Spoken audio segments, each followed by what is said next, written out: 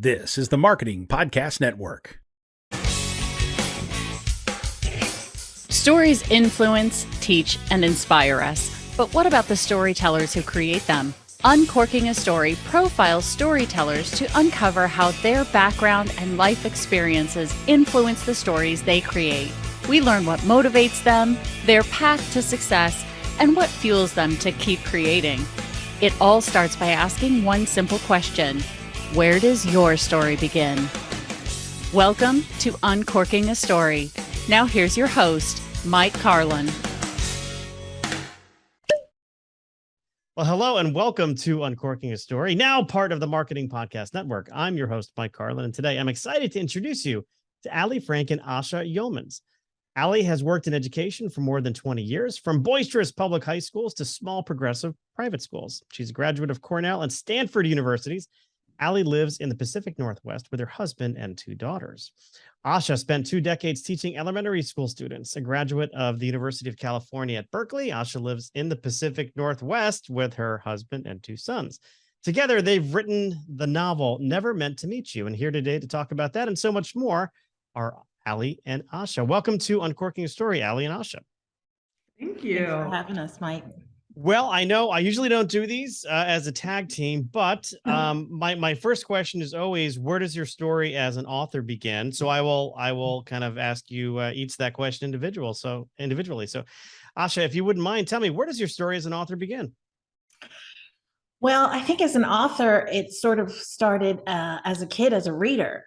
I mean, Alli and I were both big readers as kids, and I think imagined ourselves as writers as well. I used to write short stories when I was a kid, loved it.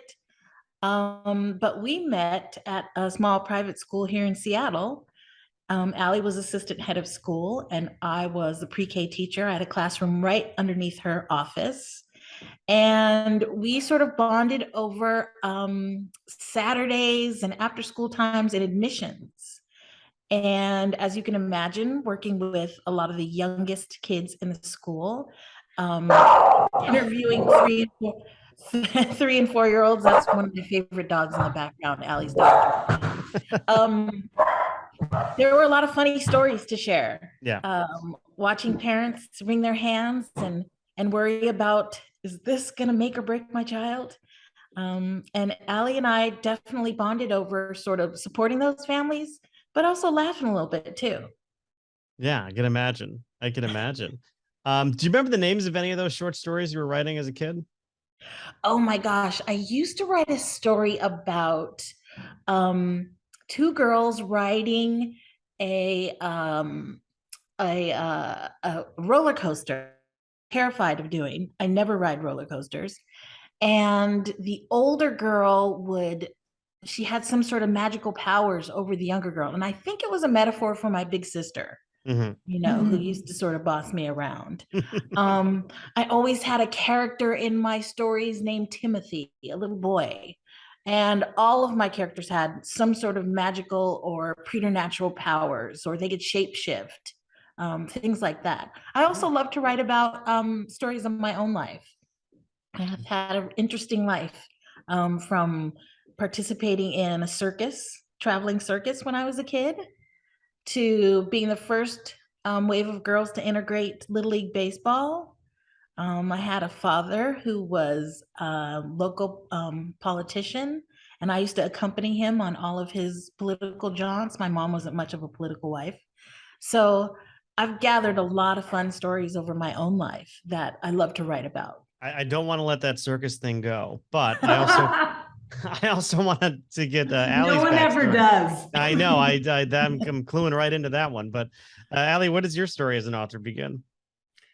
Well, mine's not really quite as interesting. I think mine starts from place. I should say mine started from nonfiction, in that from all my years in schools, particularly when I was administrator, I wrote a lot of articles about the homeschool partnership and relationship, and had probably started 3 nonfiction books on that topic. But after about 50 pages, I was always like, ugh, who cares? I'd sort of said it all. didn't know how to spin that into 300 pages. So really, I had zero experience writing anything in the fiction world or spinning large stories. So from my end, my writing experience in fiction sort of started from ignorance is bliss. Asha and I, she's very kind. I have to rat us out and say that we laughed a lot about admissions and about kids and about parents because we were evaluating 4.5-year-olds. Like, come on, you don't know what they're going to do next week versus who they're going to be in 3 years, yet that was part of our job. And I knew that there was a really interesting story in there with our first book, Tiny Imperfections. And I got really curious about the story because I have always loved to read. I love movies. I love TV. And I knew there was a story about if a director of admissions were a Black woman and she was holding the keys to the kingdom that all the white people wanted into. Like, what would that look like? What would that feel like? What would that story be? And so it was just more that curiosity. And also knowing how bored I was when I wrote alone. And so I reached out to Asha once we had both left our school where we were together, and reached out to Asha with this idea, like, hey, do you want to do this with me? And I knew that Asha was a strong writer because I, as the assistant head of school, had read all her narrative report cards that she wrote about kids. So I knew she could write about kids, about schools. All Asha had ever read of my work was emails. So A lot of emails.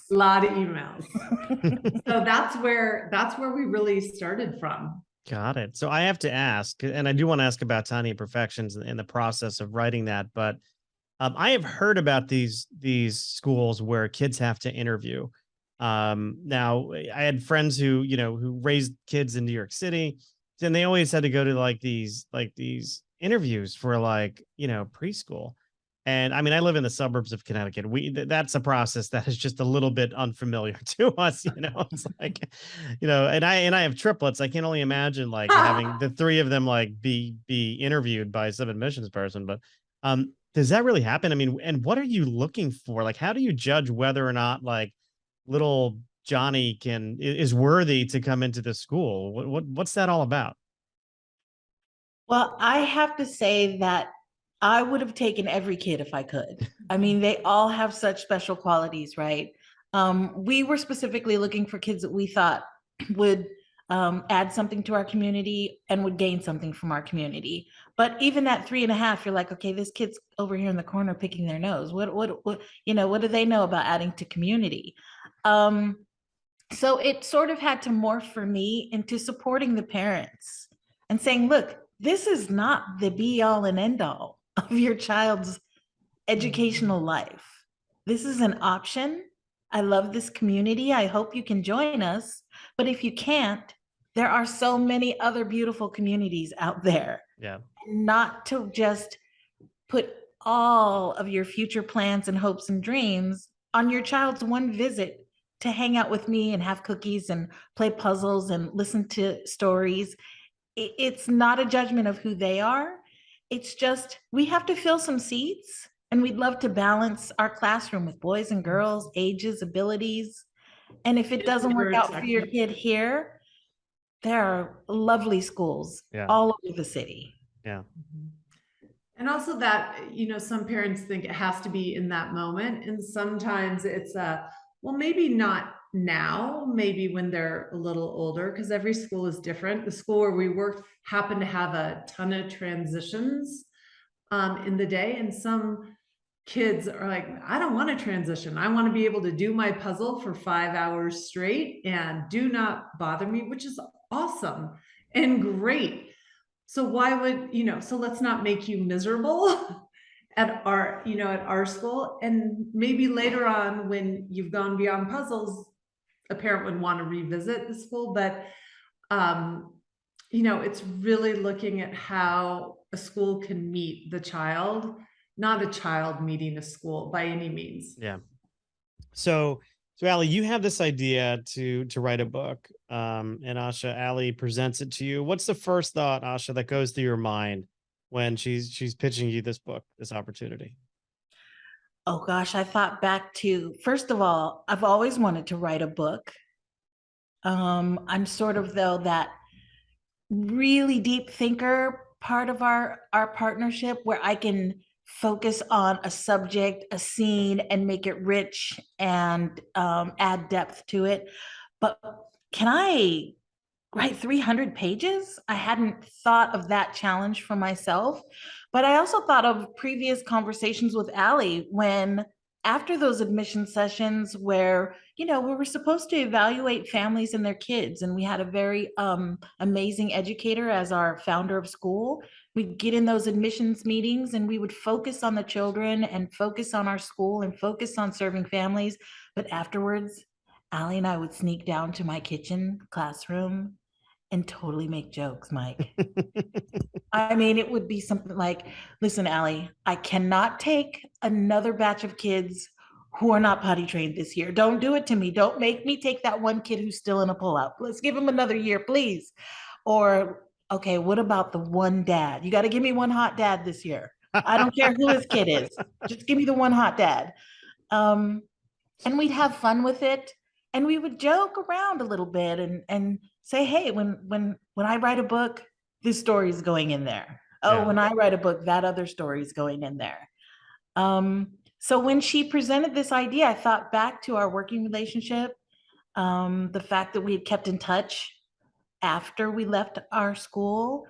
And I actually talked to my husband first and I said, hey, Alli's talking about writing a book. And he goes, oh my gosh, that sounds like a terrible idea. And I thought about it. And for him, it would be, he's a solitary worker. Yeah. I love the partnership that could come from a relationship like this. Yeah. Writing alone is hard for me after being part of thousands of families and being part of the day-to-day life of so many amazing children. That was a huge gift. And I didn't want to be by myself. So I was intrigued by her offer and loved her idea. And I was like, let's do it. How did your husband feel about your desire to have a hot dad in the classroom? I don't often tell that story when he's in the background.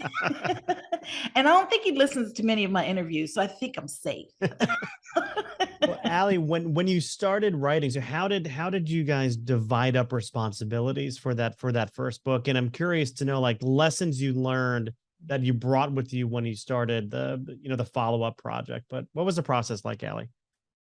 So I always feel like Asha and I have to be really honest up front in case there are people listening that think like, oh, maybe I want to co-author. Maybe that's the way I want to go. That, we did know ahead of time that we had a similar sense of humor, and we knew we wanted to write with humor and not, so we weren't completely going in like, should this be serious? Should this be humorous? We knew we wanted to write with humor. But what we didn't realize that has just been sheer, pure luck. I mean, really, truly is. And we have to be honest about that, is that it just turned out that my strengths are Asha's weaknesses, and Asha's weaknesses are, wait, did I say that right? Almost. No, my strengths are your weaknesses, your strengths are my weaknesses. She has strengths too. You know what we mean. Yeah. And really, for us, we're like, it's bad math. 1 + 1 makes one good writer. And we just seem to fall into our strengths, and it worked. I'm really the big picture person. Like, I can see the whole plot line, the whole story, the beginning, the middle, the end. I know where I want to take us, how we're going to get there. Asha gets really freaked out about the places my mind goes. But you can have an amazing storyline, but if you don't have a depth of character, like, who cares? Asha is really good at that inner dialogue, that juicier depth of character. And she is the biggest word nerd and will, look at every sentence with the exact word, the punctuation, and, move a comma to change the whole meaning of the sentence.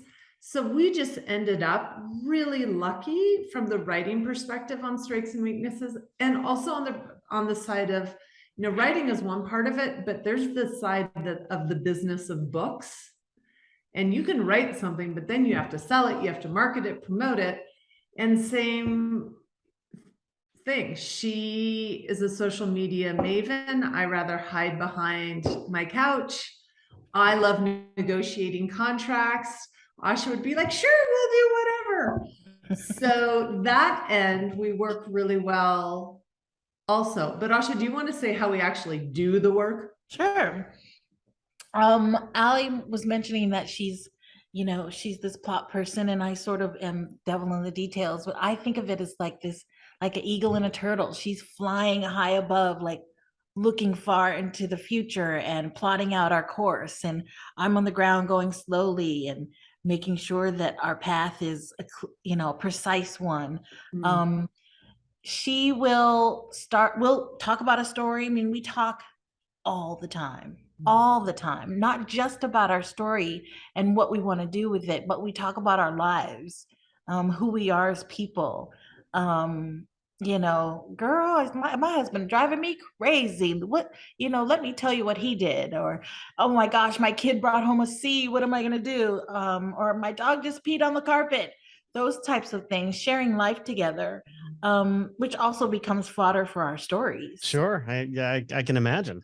Absolutely. And after we talk about our, story a little bit, Alli will get us started. She's going to bang out a bunch of chapters, 3 or 4, call me 100 times, at least 3 times a day. We FaceTime a lot. And once she gets it down, she sends it to me. She's got notes covering it. I mean, we're keeping Post-it notes in business currently. And I pick through it and go deeper to what she's given me. I flesh out the characters. I start to give them personalities, backgrounds, motivation, a voice, decide who they are, attitude, whether they're happy, sad, what their lives look like day to day. Alli likes to decide what they're wearing. I'm not much of a fashion diva. We name them all together. That takes a process. But in the end, what makes it very, very special for us is that we read every single word of our manuscript several times through. Maybe when we get out loud together, out loud to each other. Maybe when we get to 8 chapters, we'll read those first 8. Then when we get to 20, we'll go back to the beginning and read the whole thing out loud. Then when we get to the end, we'll read it, we'll edit it, and we'll read it yet again. We want our characters to sound like real people. So if they use a word in conversation, we might say, wait a minute, I would never say that to my girlfriend. Who uses that word? We got to hit the thesaurus. That doesn't sound like anybody I know. And it sounds like it would take a long time. It sounds slow. I think it would sound very daunting to many solo writers. But for us, the work is really in that process.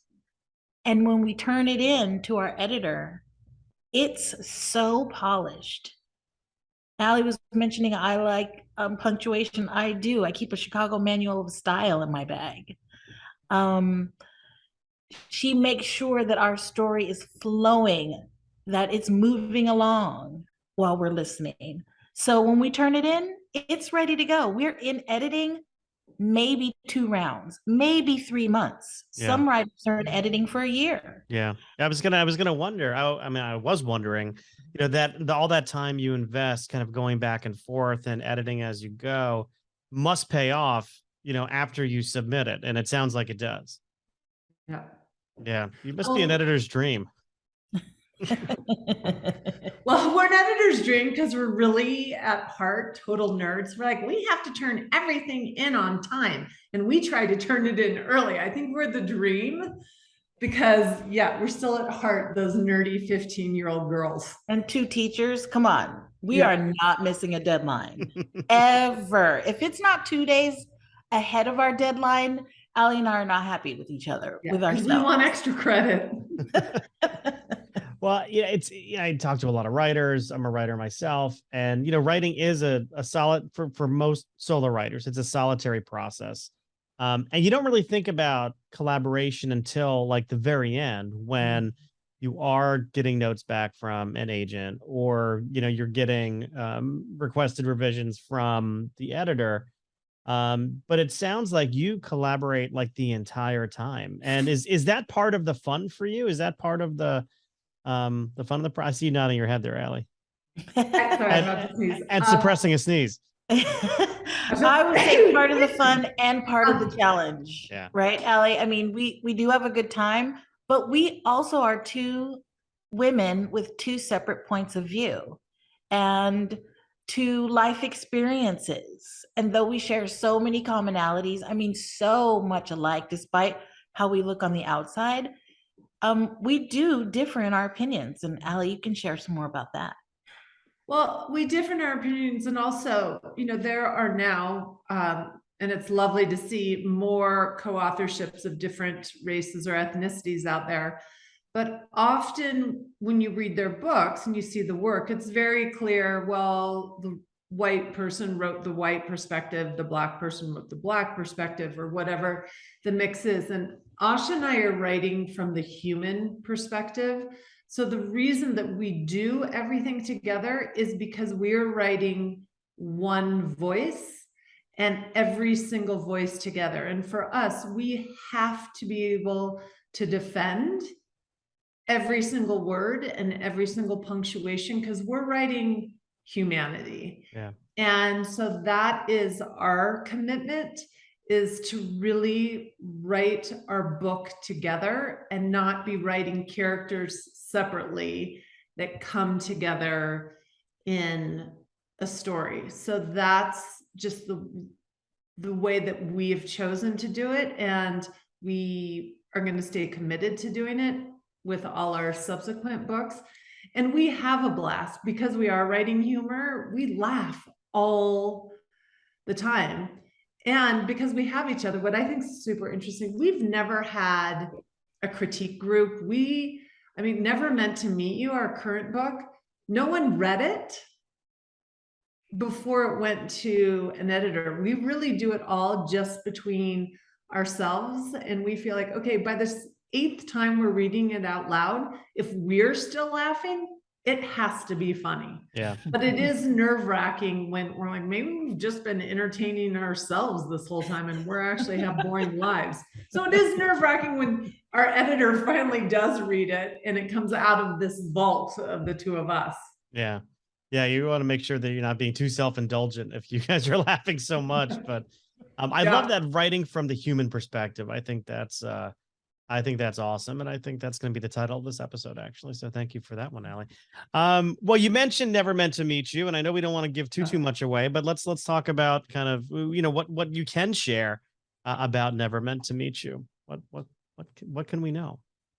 All right, can I start, Ash? Yes, go ahead. I'll show it to you. So Tiny Imperfections launched in, our debut novel in May of 2020. Terrible timing, terrible. And then, but we had a great time doing it. We knew we wanted to keep writing. And because it was not great timing, our agent was like, okay, you really got to get on the second book. And as you know, as a writer, any creative person knows, you get your inspiration from the outside world, from being among people, from being, among places. Ash is nosy, I'm an eavesdropper. Like, we take it all, and we've been teachers, and all of a sudden it was COVID and we had our families and each other. Like, where's any inspiration coming from? So we really had to look internally. Thus, Never Meant to Meet You is about a Black Baptist kindergarten teacher and her Jewish neighbor, who early in the book is widowed. I'm not widowed, but so no big shock there, where we got our two main characters. But then what was the story gonna be? And again, because I'm the bigger picture person, I was really curious in the time we were in about this question of everyone is grieving something right now. And we usually in normal times think of grief only when someone dies and there's a death. And there was plenty of tragic death around us during COVID. But the idea of grief also expanded to everyone was grieving something, a loss of routine, a loss of a job, a loss of college experience, whatever it was. So I was curious about kind of two questions around grief. Like, how do we deal with it? How do we heal from it? And is it ever funny? Like this tragic part of life, is there a moment where it's ever funny? And so that's where I sort of launched the idea of our story to Asha. But again, we have to be on board with everything. So Asha was not quite as sold at first. Yeah, I sort of wrestled with the word grief. First of all, doesn't sound very funny to me. And it was more like a big thing, a huge loss of a person. But I realized, boy, I did lose stuff. My sons didn't get to go to their graduations and prom. I didn't get to go to their graduation and get my credit for that. Alli's daughters were out of school. I mean, at such a formative time. Professionally with Tiny Imperfections, we had a coast-to-coast tour planned. We had to hand in all those fabulous clothes we bought for our appearances. So I did think of it in a bigger way. And how to get over it, how to get through it. Yeah. And writing this book definitely helped us do that. Right. But we do want to say in all of that, the book is not about COVID, and it is really funny because people are like, I don't want to read about grief. But it really is about found family in a difficult time. And it's about found friendship from someone you would never expect to find depth of relationship. And we also do a whole lot of poking fun at parenting as well. Well, I always thought that, teachers would be the perfect people to poke fun at parenting. And how's that for alliteration? But it sounds like you did find the humor in it. But I mean, just thinking about grief in general, if you can find the humor in stressful situations and in what we've been through for the past, few years, then it's like, then you're winning, then it's like, then the bad guys, don't win. If you can find the joy in the struggle, and it sounds like you're able to do that certainly through the writing of this book. Well, and, sure. Go ahead. Go ahead, Ash. Well, our two main characters have different backgrounds. There's a Black Baptist woman and white Jewish woman, and the histories of those two people have been marked and expressed largely, especially for my generation, history classes, things like that, have been characterized, or, we learn from their tragedy. We learn about the Holocaust. We learn about slavery. We learn about civil rights. We learn about anti-Semitism. But there's a reason that our ancestors and our families have made it this far. And it's because they did have a joy for life, not just to survive, but to continue to have children, to continue to build communities. And the reason for that is life is amazing and it's joyful. And we wanted to write about that part of the richness of the Black and Jewish communities and other communities. We don't just write about those two communities. We have books coming up and characters in all of our books that are from various backgrounds. We have a gay character in our first book, and even his life is joyful. He's happy to be who he is, We wanted to express that Margette and Noah and Never Meant to Meet You, they're happy to be who they are. And they connect over their shared joy and humanity. They have race and religion that do guide their experiences in life, but they don't rule who they are. Yeah. So, I mean, even though, you both write very comedically, there are some big underlying, themes here that, are, not necessarily comedic, right? I mean, it's like comedy is like on the surface maybe, but there are bigger lessons than just laughs, in other words. Yeah, I think that's great. And it sounds like you have a bunch of stories outlined for the future. Yeah, first I was going to say on that, you just nailed it, that it's not just comedy for comedy's sake. Asha and I are really dedicated to, we're sort of at this point in our culture where we do feel like to learn about a different group, whether it be religious, ethnic, whatever, it has to be through their trauma. We have to feel pain. We have to feel badly to learn about someone who's different than us. You can learn about differences through humor. It is as much of an avenue as learning through pain. And we also want to challenge people, you can learn through nonfiction for sure, and those real stories in life. You can also learn through fiction. And so that's what we want to keep putting out there, is that it is just as valid to learn through humor and joy, and just as valid to learn through fiction as it is to learn through pain and trauma and nonfiction. And we have a third book that comes out next summer with some super exciting news about it that we can't share yet. But, and right now we're in the painful first 10 chapters of our fourth book, which always feel like it's tight painful for jeans. Alli, Mike, because she falls so in love with every family we write about and all of our characters. She feels like I can't let them go. I feel like I'm cheating when I start new characters. I have to coach her through it every time. Like, we can visit them. We can read our book and visit them again. I kind of become a mean girl. I'm like, oh, I don't really like these people. I like that. I'm like, I don't really want to play with them. You can't come to my birthday party. That's what my daughter would always say. My daughter. So we have triplets, right? They're 20 now. When they were younger, if Gracie got upset with us, she would be like, "You can't come to my birthday party," and I'm like, "I'm the guy paying for the birthday party. What do you mean I can't come?" You're like, that's not a party I would want to come to because nothing's happening. That's right. It's gonna be a very boring party if I can't come. Well, I love it. I love the backstory, how you met, how you work collaboratively together.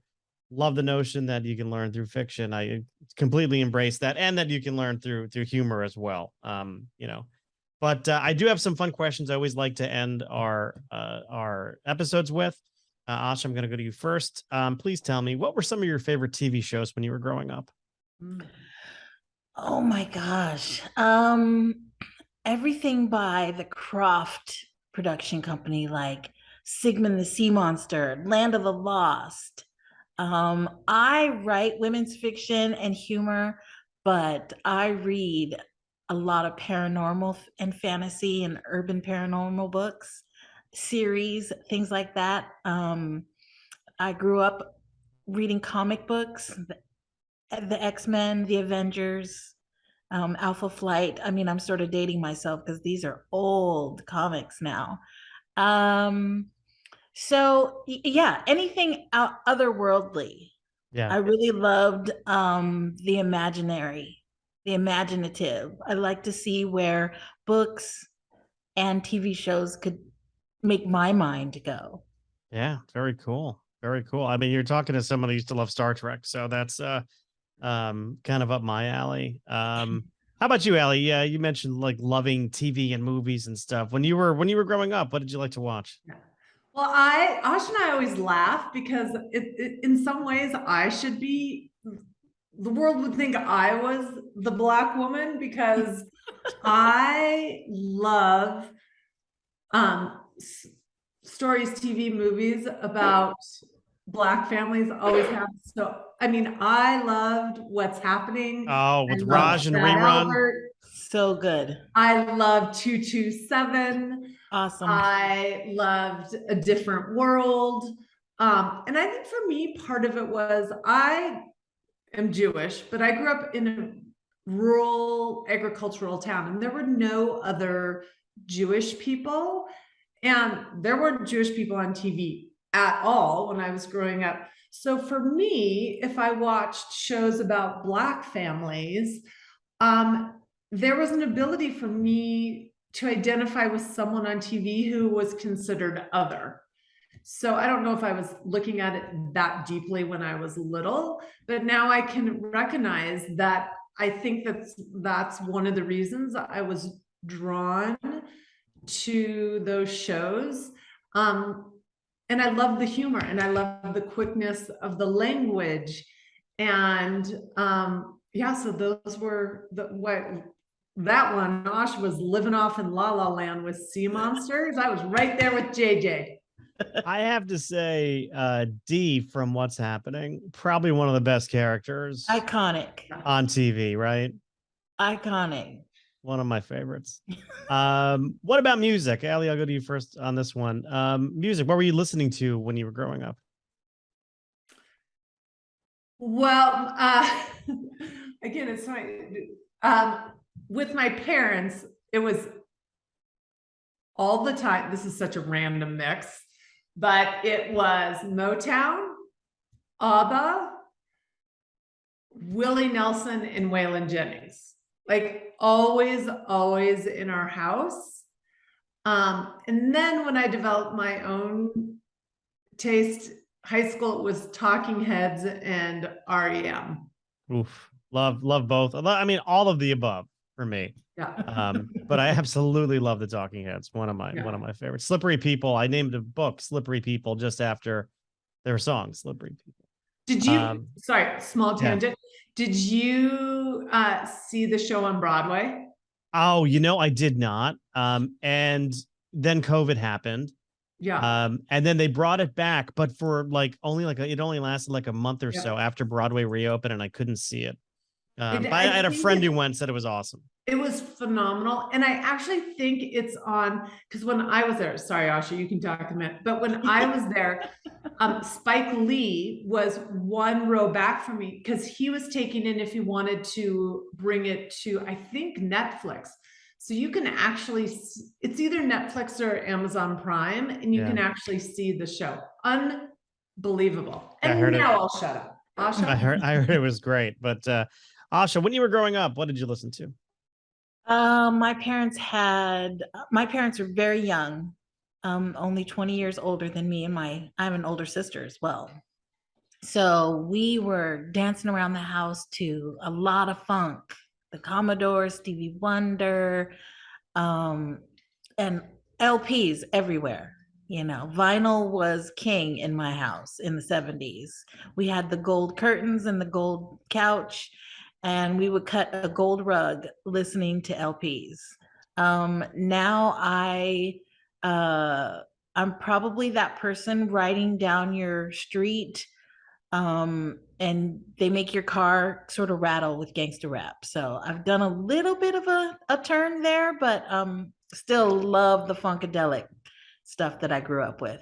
Any George Clinton in there? Oh, for sure. I went to see him. I saw him at Lollapalooza in the early 90s.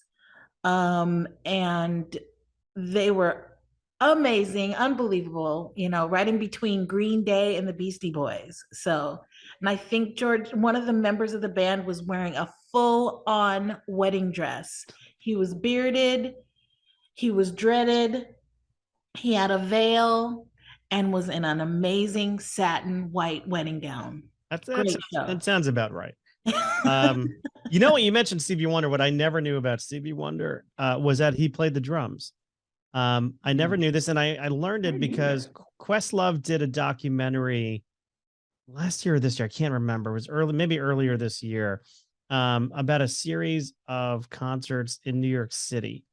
And it opens up with Stevie Wonder, and he is playing the drums. And I'm like, oh my goodness, I never knew that. And he was a damn good drummer, I have to say. But I digress. We will run out of time if I go on any more about music, because I could talk about music all day. Biggest lessons learned from writing collaboratively. Asha, I'll go to you first on that. What are some of the biggest lessons you've learned writing collaborative? Biggest lesson learned is that, you really have to have your partner's full support, and you have to offer them yours. If I make a mistake, it's Alli's mistake too. If she makes one, it's mine as well. We are a partnership. We stand together and we fall together. We write about things that can challenge some people's ideas, and you can read them in some of our reviews.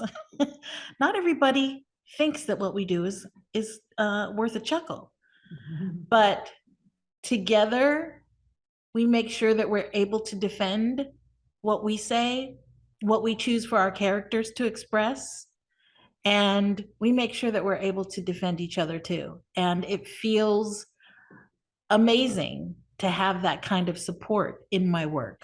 Yeah. What would you add to that, Alli? Gosh, to be honest, I don't know. I'm not adding something different because Asha's so kind. She actually hasn't really made any big mistakes. I've made a few more, and I made one really big one that I was like, oh, and now this is all going to be over just when we got started. And Asha beautifully was like, nope, now we're just moving on.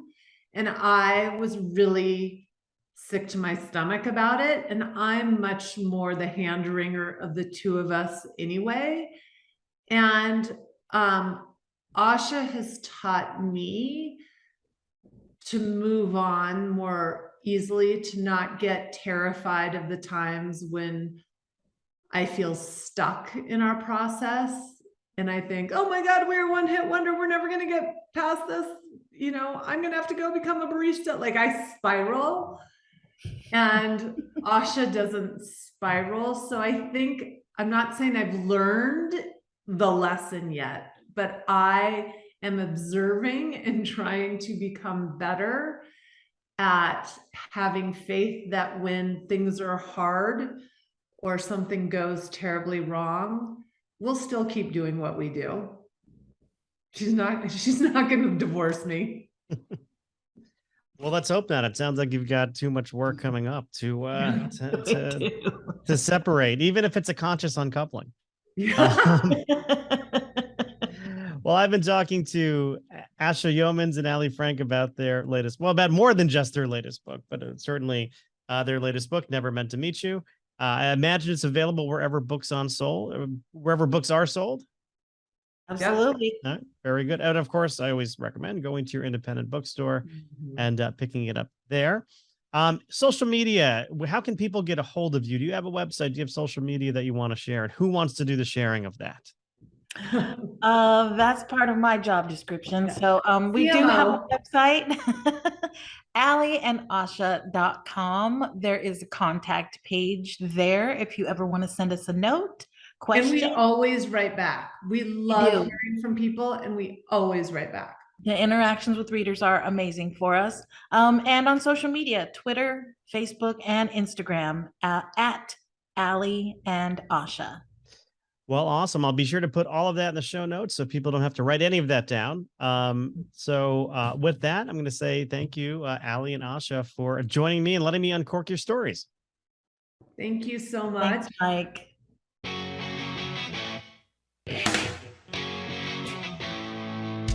Thanks for listening to Uncorking a Story.